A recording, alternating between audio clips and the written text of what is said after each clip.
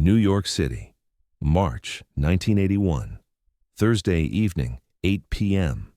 A basement in Tribeca, commercial building, storage space converted for private use, 2 ping-pong tables, fluorescent lighting, concrete floor, metal folding chairs against brick walls, 30 people gathered, mix of ages, all here for one reason. Money match, serious money, $2,000, winner takes all. Marty Reisman stands at table 1, 52 years old, gray starting to show in his dark hair, wire-frame glasses, white-collared shirt, dark slacks, paddle in his right hand. Same paddle he's used for 15 years, worn grip, faded rubber, but familiar. Extension of his arm. His opponent is Frank Deluca, early 40s, Brooklyn native, strong player, regional tournament winner, not professional level, but dangerous, confident, here with money and intention to win. The stakes are clear, $2,000 each, $4,000 total pot. Winner takes everything. Loser walks away with nothing. No second place, no consolation, binary outcome, win or lose, money or debt. Marty needs this win. Rent is 3 weeks overdue. Owes money to 4 different people. The $2,000 would solve immediate problems, create breathing room, give him time to find the next match, the next payday, the endless cycle of winning to survive. The match starts. Best of 5 games. First to 11 points wins each game. Need 3 games to win the match. Standard format, simple rules, complicated execution. First game begins. Marty serves, Frank returns. Rally, 5 shots, 7. Marty attacks, Frank blocks. Returns short. Marty runs forward, puts it away. 1-0. They continue. Trading points back and forth. 3-2. Marty, 4-3, 5-5. Neither pulling away. Both playing well, both focused, both understanding what's at stake. 6-5 Marty. He serves. Frank returns deep. Marty attacks cross-court. Frank reaches it, returns down the line. Marty blocks. Frank attacks. Point to Frank. 6-6. The game continues. 7-6 Marty. 8-7, 8-8. Tied again. Then Marty pulls ahead. 9-8, 10-8. He's 2 points from winning the first game. 2 points from establishing dominance. 2 points from psychological advantage. He serves. Frank returns. Rally. Marty places it deep. Frank returns. Marty short. Frank runs up, returns high. Marty attacks. Winner, 11-8. First game to Marty. They take a 30-second break, wipe sweat, drink water, reset. Second game starts. Frank more aggressive now. Trying to even the match, can't go down 2 games. Would be nearly impossible to come back. Frank serves. Attacks immediately. Marty blocks. Frank attacks again. Marty redirects. Frank's shot goes long. 1-0 Marty. But Frank fights back. 1-1, 2-2, 4-4. Staying even. Not letting Marty pull away. 5-4 Frank. He's ahead, pressing advantage. Marty focuses, blocks out the crowd, the pressure, the money, just focuses on the ball, the next point, the next shot. 5-5, 6-5 Marty. Then it happens. Sharp pain, left side of his chest, sudden, intense, like someone jabbed a knife between his ribs and twisted. The pain radiates, spreading across his chest, down his left arm. Classic pattern, unmistakable pattern. Marty knows immediately what this is. He's 52. He's read about heart attacks, seen people have them. The symptoms are textbook. Chest pain, left arm, sudden onset, during physical exertion. This is a heart attack. He's having a heart attack right now, in a basement, during a money match with 30 people watching. The pain is intense, but not unbearable. Not yet. Still functional, still capable of movement, but present. Demanding attention, screaming for acknowledgement. Frank serves. The ball comes toward Marty. Time seems slower. Everything seems slower. The ball floating. The crowd noise distant. His heartbeat loud in his ears. Irregular, painful. He returns the serve. On instinct. Muscle memory. 37 years of training. His body knows how to hit a ping-pong ball, even when his conscious mind is processing medical emergency. Rally, 3 shots, 5. Marty's chest burning, each breath difficult, each movement sending fresh waves of pain through his torso. But he continues. Doesn't stop. Doesn't call timeout. Doesn't ask for help. Just keeps playing. Frank wins the point. 7-5, Frank ahead. Marty serves. His left arm heavy, numb, tingling. Classic symptom. He knows this, knows what it means, knows he should stop, should sit down, should tell someone, should get to a hospital. But there's also this. He's in the middle of a match, a $2,000 match. If he stops now, he forfeits, loses the money, loses the bet, disappoints the people who bet on him, creates problems that extend beyond just himself. And deeper than that, he's leading. He won the first game. He's competitive in the second. He can win this. He can finish this. He just needs to hold on, just needs to keep playing, just needs to push through. The pain is worse now, spreading, gripping his chest like a vice. Each breath shallow, each movement calculated. His body is screaming stop. His mind is calculating odds, risk versus reward, safety versus completion. He chooses completion. Frank serves, Marty returns, rally. Marty's vision blurring slightly, sweat pouring down his face, more than normal. Cold sweat, clammy, his shirt soaking through, his hands trembling slightly. But he continues. 7-6, Frank. 8-6, 9-6, Frank. He's pulling away. Marty is struggling, not just from Frank's skill, from the pain, from the difficulty breathing, from his body shutting down. 9-7. Marty scores. But it takes everything, every ounce of concentration, every bit of remaining energy. 9-8, 10-8, Frank. Match point. 1 point from winning this game. 1 point from evening the match at 1 game each. Frank serves, confident, sensing victory. Marty returns weak. Frank attacks. Marty blocks desperately. Frank attacks again. Marty somehow gets it back. Frank hits it long. Error. 10-9.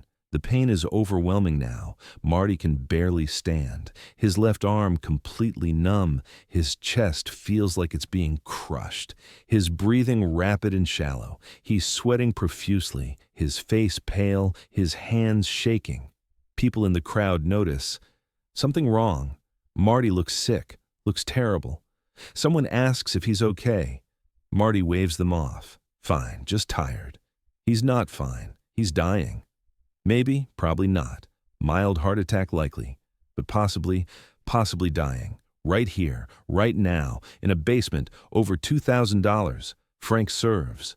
Marty returns on pure instinct. Rally, 6 shots, 8. Marty can barely see, his vision tunneling, everything going dark around the edges, just the ball, just the table, just the next shot. Frank attacks. Marty blocks. Frank attacks again. Marty somehow redirects to the corner. Frank runs, gets it, returns high. Marty steps in, hits it down, hard, winner, 10-10, deuce. First a 2-point lead wins. Marty serves, can barely lift his arm. The ball goes over. Weak serve. Frank returns hard. Marty blocks. Frank attacks. Marty's return goes in the net. 11-10, Frank. Game point again. Marty is leaning on the table slightly, breathing hard, crowd concerned. Frank asks, "You okay?" "Fine, let's play."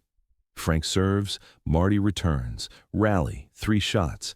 Marty places it deep. Frank returns. Marty short. Frank runs up. Attacks. Marty blocks. Frank attacks again. Marty somehow gets it back. Frank hits it wide. 11-11. Marty's body is failing. He knows it. Feels it, everything shutting down, but he won't stop, can't stop, not until the game ends, not until he wins or loses, but not until it's over. Frank serves, Marty returns, long rally, 12 shots, 15, both players exhausted, Frank from exertion, Marty from dying. Finally, Frank makes error, hits it long, 12-11 Marty. Match point, his match point, 1 point from winning this game, 1 point from being up 2 games to 0, 1 point from nearly guaranteeing victory. He serves, barely gets it over. Frank returns, Marty blocks, Frank attacks, Marty redirects, Frank attacks again. Marty somehow places it to the corner. Away from Frank. Perfect placement. Unreturnable. 13-11. Second game to Marty. Marty drops his paddle, says very quietly, "I need a hospital." Then his knees buckle. He doesn't fall, just sinks down. Sits on the floor, hand on his chest, breathing shallow. The room erupts, people rushing forward. "What's wrong? What happened? Someone call 911. Marty sits there, back against the wall, hand on chest, pain overwhelming, but also relief. The game is over. He won. He can stop now. Permission to stop. Frank kneels next to him. "Jesus, Marty, what is it?" "Heart, I think. Heart attack, maybe." "How long?" "Since 8-6, second game." Frank's eyes go wide. "That was 15 minutes ago. You kept playing?" "Had to finish. You could have died." "Didn't." Ambulance arrives, 10 minutes. Feels like hours. Paramedics rush in, check vitals. Blood pressure high, heart rate irregular. Classic signs. They get him on a stretcher. IV started. Oxygen mask, rush him out. St. Vincent's Hospital, emergency room, EKG, blood work, monitoring. The cardiologist arrives. Dr. Sarah Chen, mid-40s, efficient, professional. She reviews the charts, looks at Marty. "Mr. Reisman, you had a heart attack, mild, but a heart attack, myocardial infarction. You're lucky. Could have been much worse." "How much worse?" "You could have died. You experienced cardiac event and continued extreme physical activity. That's incredibly dangerous. The exertion could have expanded the damage, could have caused fatal arrhythmia. You're fortunate to be alive." Marty nods, processing. "When did the pain start?" Dr. Chen asks. "During the match, maybe 20 minutes before the ambulance." "And you kept playing?" "Yes." "Why?" "Had to finish." "Mr. Reisman, you prioritized a game over your life." "It wasn't just a game, it was $2,000. It was my rent, my debts, my survival." "Survival? You nearly died." "But I won." Dr. Chen stares at him, speechless, can't comprehend this logic. Choosing to continue playing during a heart attack, for money, for a game. The risk-benefit calculation is insane. The priorities are backwards. The decision is incomprehensible. But to Marty, it makes perfect sense. The match was everything. The money was everything. Stopping wasn't an option. Forfeiting wasn't an option. Losing wasn't an option. So he played. Through the pain, through the danger, through the heart attack. He played and he won. 2 weeks in the hospital, monitoring, medication, recovery. Linda visits every day, sits beside his bed. Doesn't say much, just sits. Present, worried, angry, scared. On day 5, she finally speaks. "You almost died." "I know." "You kept playing." "I had to finish." "No, you chose to finish. You chose ping pong over your life." "I chose finishing what I started." "That's not different, Marty. That's the same thing. You valued completing a match over surviving. You valued $2,000 over seeing your kids grow up. You valued winning over everything." Marty is silent. Knows she's right, can't defend it, won't apologize for it, just absorbs it. "I can't do this anymore," Linda says, quiet, final. "Can't do what?" "Watch you kill yourself, because that's what you're doing, slowly, game by game, match by match. You're choosing this over everything else, over me, over the kids, over your own life. I don't know how to stop. Then figure it out, because I can't watch you die for ping pong." She leaves. Doesn't visit for 3 days. Marty sits alone, thinking about the match, about the choice, about what matters, about who he is. The choice was easy in the moment. Finish the match, win the money. That's what he does. That's who he is. Stopping wasn't even considered. Not really. The pain was real, but finishing was more important. Now, lying in a hospital bed, the choice seems different. Seems insane. Seems like the decision of someone who values all the wrong things, someone who can't distinguish between meaningful and meaningless, someone whose priorities are completely inverted. But also, he won. He finished the match, won 2 games to 0, would have won the third too if his body hadn't quit. The $2,000 was collected by Frank, who promised to hold it until Marty recovered. The bet was honored. The match was completed. Mission accomplished. Was it worth it? Nearly dying for $2,000, nearly leaving Linda alone, nearly leaving his kids without a father.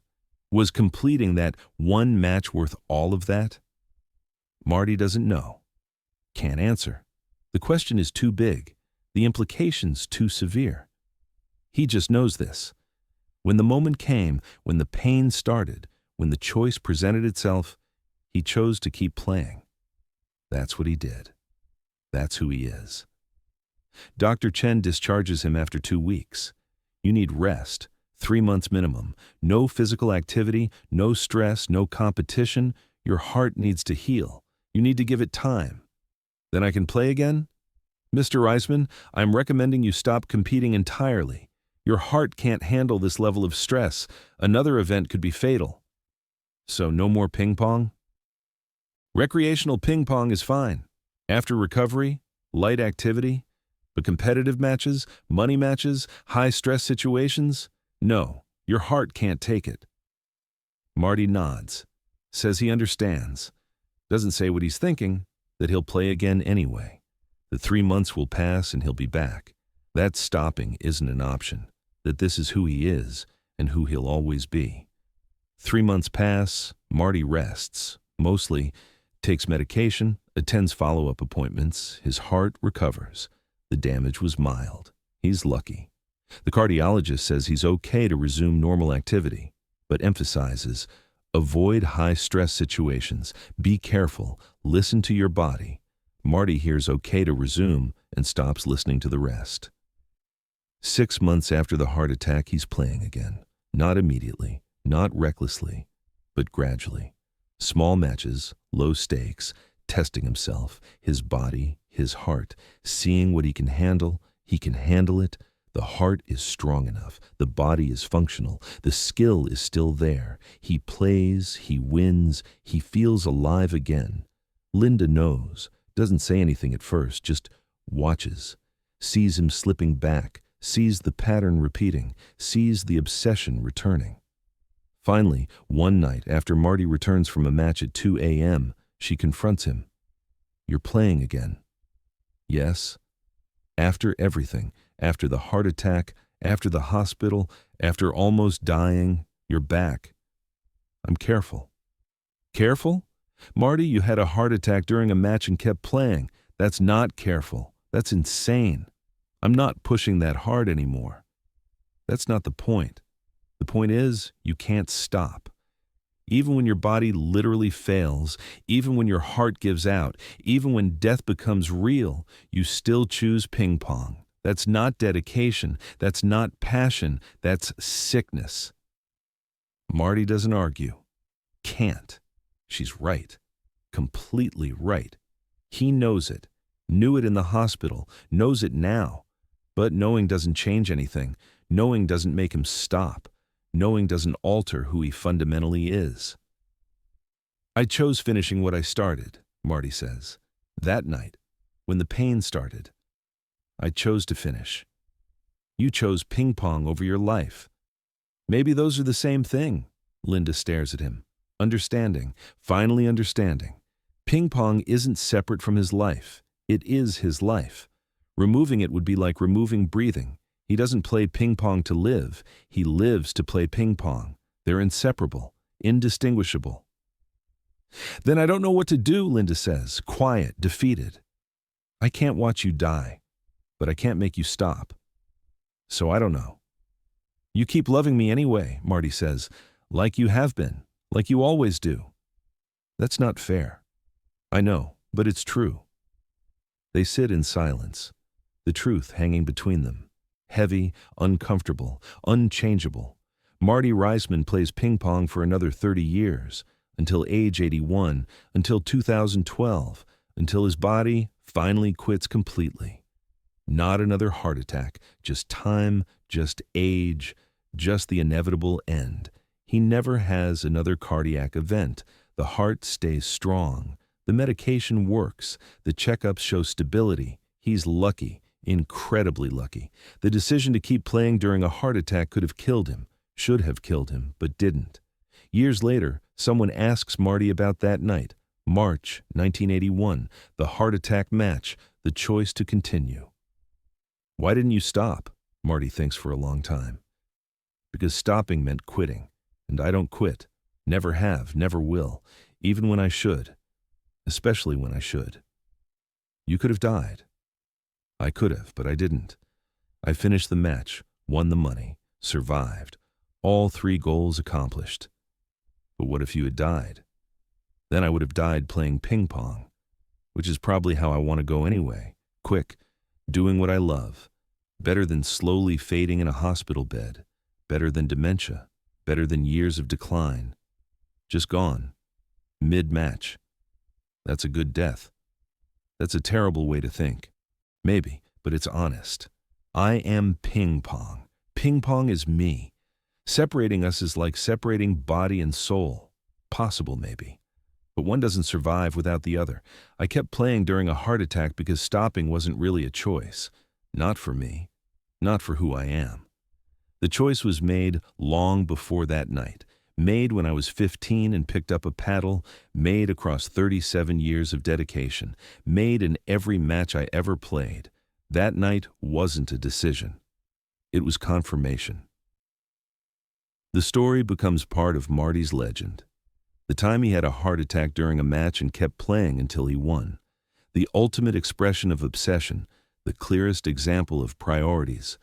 The moment when the line between dedication and insanity disappeared completely. Some people hear the story and are inspired, see it as incredible determination, the refusal to quit, the commitment to finishing, the embodiment of competitive spirit. Others hear it and are horrified, see it as mental illness, the inability to prioritize, the addiction consuming everything, the tragic example of obsession destroying the person. Both interpretations are correct. Both miss the point. Marty didn't choose to continue playing because he valued ping pong more than life.